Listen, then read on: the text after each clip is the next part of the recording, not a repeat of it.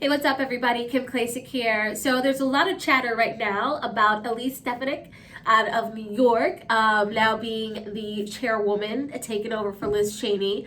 And there's some people that are upset about it. And I noticed that the people that are upset were either supporters of Representative Chip Roy out of Texas for getting it, or those that truly believe she's more of the establishment and is just pretending to be pro-Trump.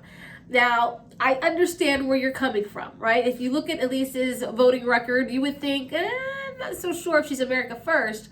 But I do think that she's made a change and a turnaround from what I could see in the past year. Now, for me, Elise is a natural born leader.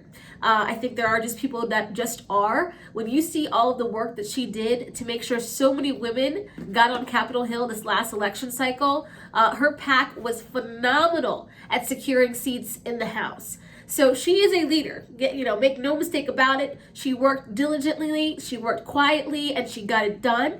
From what I could tell, what she did during the impeachment trials as far as supporting President Trump, I think it took a lot for her to do. And I feel like, and you can correct me if I'm wrong here, but I feel like if she truly wasn't a pro-Trumper, I would think, first of all, a lot of the people that are around Trump right now, that are his close confidants and friends, would point it out to him.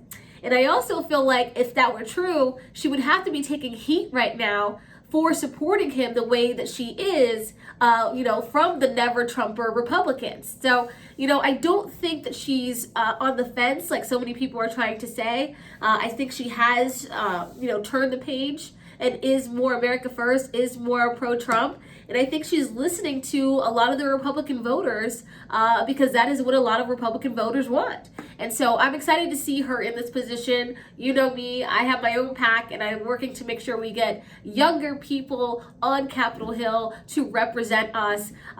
You can see it on both sides of the aisle, right? We have people that have been sitting in these seats forever, and we talk a lot about term limits. And so what a great way to see term limits kind of happen in a way, not really, right? But, making sure that we now cycle out some of these older folks that have been sitting on Capitol Hill for so long. And of course, they've got their friends where they're just basically doing whatever their special interest groups want them to do.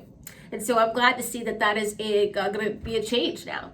Now, I do believe Elise is right for pointing out the fact that as far as the Republican Party being fractured, it really isn't. Right? We are all very against that socialist, communist, extremely left radical agenda.